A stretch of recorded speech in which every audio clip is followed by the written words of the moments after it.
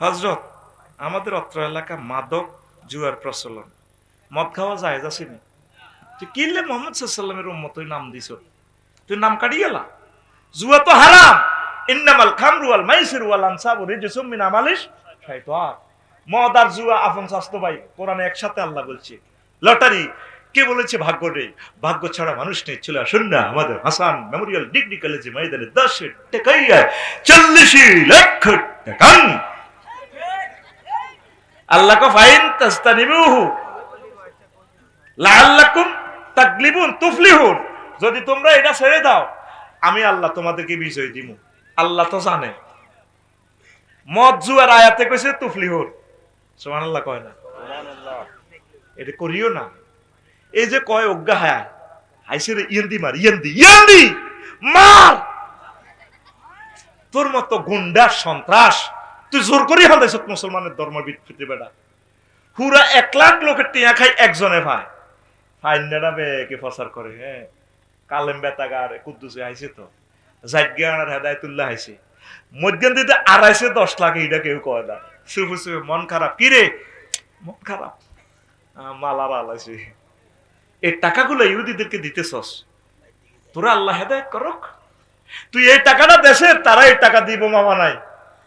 আর ভাই করে মারিয়েলা, আর আম্মাজির করে মারিয়েলা, আর ফিলিস্তিনের মানুষটিরে মারিয়েলা। কথা ঠিক কিনা? তুই কারে টিয়াটা দেশ মাছালাই আর লগে সেলফি উঠে কাইলা 3 জন 4 জন। তো কয় না হুজুর 2 কেজি মাছের সাহায্য দিও। কত হাজার টাকা তেল জ্বালায় সানপুর গেলাম।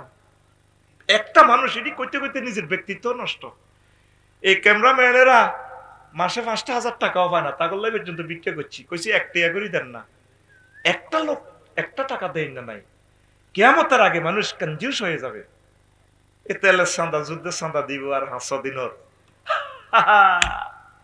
এক এক মাল, এক এক আলু খাইবি, 1 কেজি আলু কিনবি 500 টাকা 600 টাকা দি। আইসে সে জামানা। ওই যুদ্ধের চাঁদা আল্লাহ কো দেশ তো আল্লাহর হস্তে অনেক দে। ভাই তেল আছে? আছে। বাচ্চাকে দিয়ে আইও 120 টাকা তেল 500 টাকা দিলবি। আযাব পাওয়ার জন্য তুই উপযুক্ত হয়ে গেছ। তুই মসজিদে তারাবি চাঁদা দেসা, তুই এক সপ্তাহে নেট উড়াস 900 টাকা। আর তুই বেলে মসজিদের শেগাফতি আঙ্গো ক্যাশ তোলা ন বা ওইটা কই কন মারি খাই। হাতে তরাবির চাঁদা উড়াই 2 মাসে ইমামের বেতন দিয়ে দেয়। তোরে আল্লাহ হেদায়েত করো। তরাবির চাঁদাটা তুই ইমামের গিফট, ঠিক কিনা? এরকম সিটিং ক্যাশিয়ার আমাদের লাখসম নাই রে। নাঙ্গলকোট ডরে কইনো, কারণ 5 জন লাগবে তো। কইবি তো তারা, তোরা তোরা তো আবার জায়গা একটা গাড়িও বাইছত কার কার সবাই জানি তো। এলা ডরে আয় না তো বইয়ান, এত করে ডরাই আল্লাহর কসম, এত করে ডরাই।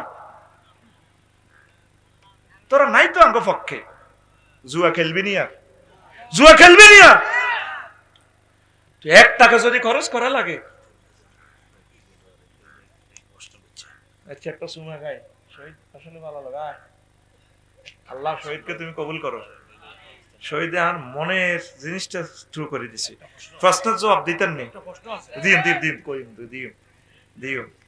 আচ্ছা, এবং আমাদের অত্র এলাকার সুদ প্রচলন।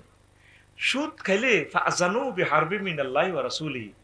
আল্লাহ নিজে কয় নবীও যারা সুদ ছাড়তে হইল না, আমরা কই দেন তারা যাতে আমরা রাসূল আর আমি আল্লাহর লগে যুদ্ধ নাইতে কর।